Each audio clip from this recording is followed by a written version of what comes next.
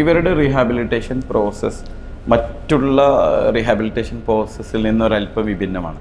കാരണം ഇവർക്ക് എപ്പോഴും ഒരു പാരൻ്റൽ കെയർ അത്യാവശ്യമാണ്. അതുകൊണ്ട് തന്നെ പാരൻസിനെ എംപവർ ചെയ്തുകൊണ്ടുള്ള റീഹാബിലിറ്റേഷനാണ് നടക്കേണ്ടത്. ഞാൻ നേരത്തെ പറഞ്ഞു ഈ മേഖലയിലുള്ള എക്സ്പേർട്ടുകളുടെ ഒരു കുറവ്.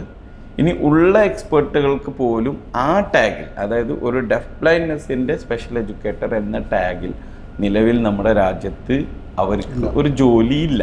അങ്ങനെ ഒരു സ്പെസിഫൈഡ് തൊഴിൽ നമ്മൾ സൃഷ്ടിച്ചിട്ടില്ല. അതിൻ്റെ കാരണം താരതമ്യേന ഈ ആളുകളുടെ നമ്പർ മറ്റ് ഡിസബിലിറ്റികളെ കമ്പയർ ചെയ്യുമ്പോൾ കുറവാണ്. അതിനകത്തുള്ള ഒരു ചെറിയ സന്തോഷം ഷെയർ ചെയ്യാനുള്ളത്, നമ്മുടെ സ്റ്റേറ്റിലാണ്, നമുക്കറിയാമല്ലോ, മറ്റേ സ്റ്റേറ്റ് ഇനീഷ്യേറ്റീവ് ഓഫ് ഡിസബിലിറ്റിയും KSSM നടത്തിയ സാമൂഹ്യ സുരക്ഷയുമായി ബന്ധപ്പെട്ട് നടത്തിയൊരു സർവേ 2014-15 എൻ്റെ ഓർമ്മ ശരിയാണെങ്കിൽ നമ്മൾ ഒരു ഡിസബിലിറ്റി സെൻസസ് നടത്തിയിട്ടുണ്ട്.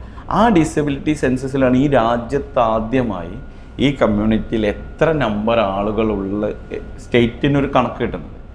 ഓക്കെ, പക്ഷേ ആ കണക്ക് അവിടെ നിന്നിട്ട് 10 വർഷമായി.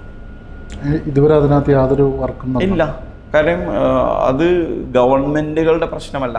ആ കണക്കെടുക്കുന്ന സമയത്തുള്ള ഗവൺമെൻറ് മാറി, വീണ്ടും ഗവൺമെൻറ് മാറി, വീണ്ടും ഗവൺമെൻറ് മാറി.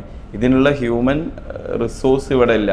ഈ ഉള്ള ഹ്യൂമൻ റിസോഴ്സിനെ എങ്ങനെ മൊബിലൈസ് ചെയ്യണമെന്ന് പറയാൻ NGOകളും യഥാർത്ഥത്തിൽ ഇവിടെ കുറവാണ്.